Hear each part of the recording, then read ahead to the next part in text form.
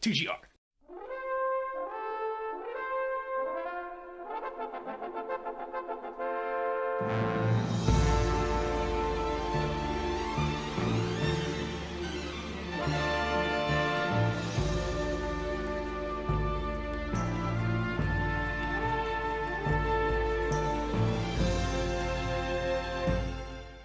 In one of the many conversations surrounding video games, a question that sometimes come up is what constitutes a remake.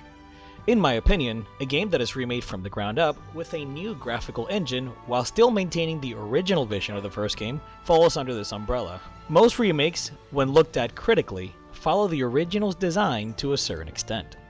There are games like the Resident Evil series and its remakes where they add or change gameplay elements to fit modern standards, and they are typically met with praise. When the first Resident Evil was remade, I remember myself being ecstatic to be able to experience this classic with a new fresh coat of paint, all while adding tons of elements that kept the gameplay experience feeling unique. Final Fantasy VII received the remake treatment as well, and while this was controversial primarily for not including the entire game in its first release, the remake changed and added a ton of content to its story in order to keep a full game's length within that title.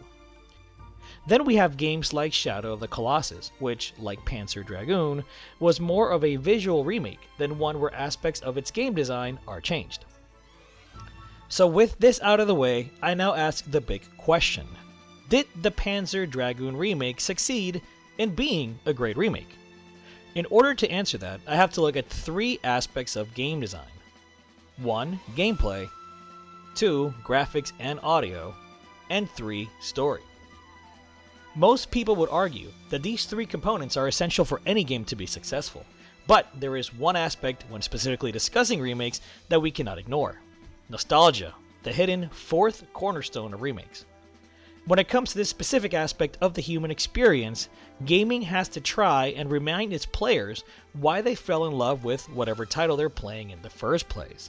Specifically with Panzer Dragoon, players remember very vividly how they felt playing these games in their childhood or youth.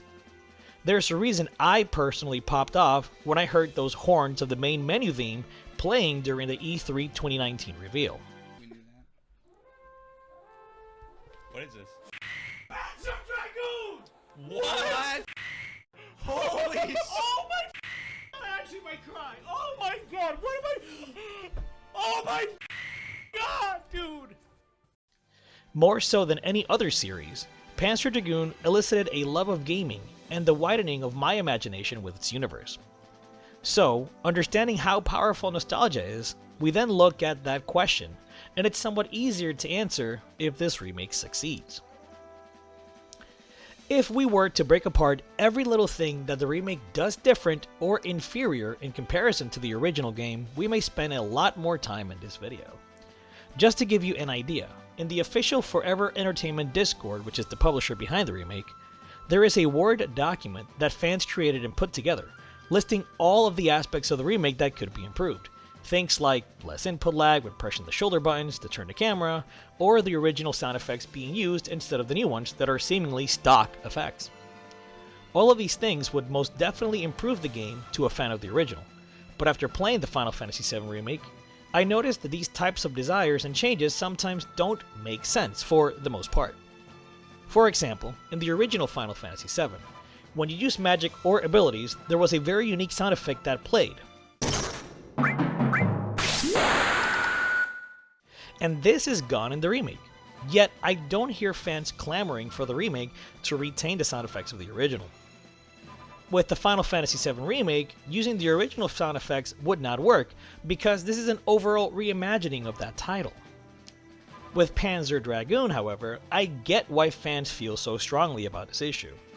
The dragon makes a very unique sound in the original games in the series, so for that sound to be replaced with what sounds like a crow is very disappointing.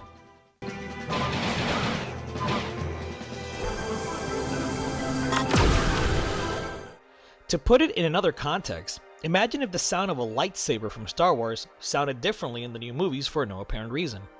It would be met with a ton of backlash from the community and with good measure, since that particular sound is iconic.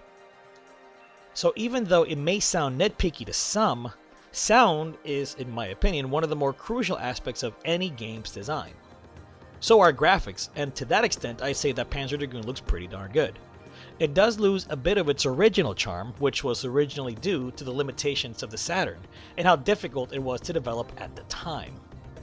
The original team had to work with what they had, which was very little, but they were very smart about using textures in a very unique way, while also designing the game in a minimalist manner, which gave them room to work on other aspects of the design.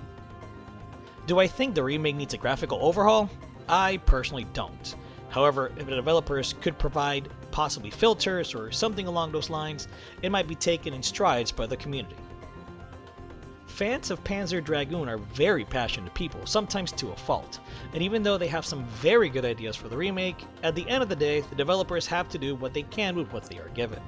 And the fact that the original source code was lost and this was developed from the ground up with a seemingly low budget, I can be a little more understanding. Specifically when the story is not really touched, though the game never had a deep story to begin with. The series is more lore heavy than anything else, especially with later titles. Gameplay though is a lot harder to forgive. The original game was relatively zippy and speedy with most of the aspects of combat. Locking on, turning your camera around, and shooting were all fast and gave the feeling of total control of your character. At the time, Sega was extremely familiar with arcade experiences, and this shows. In the remake, these aspects of the game feel sluggish in comparison.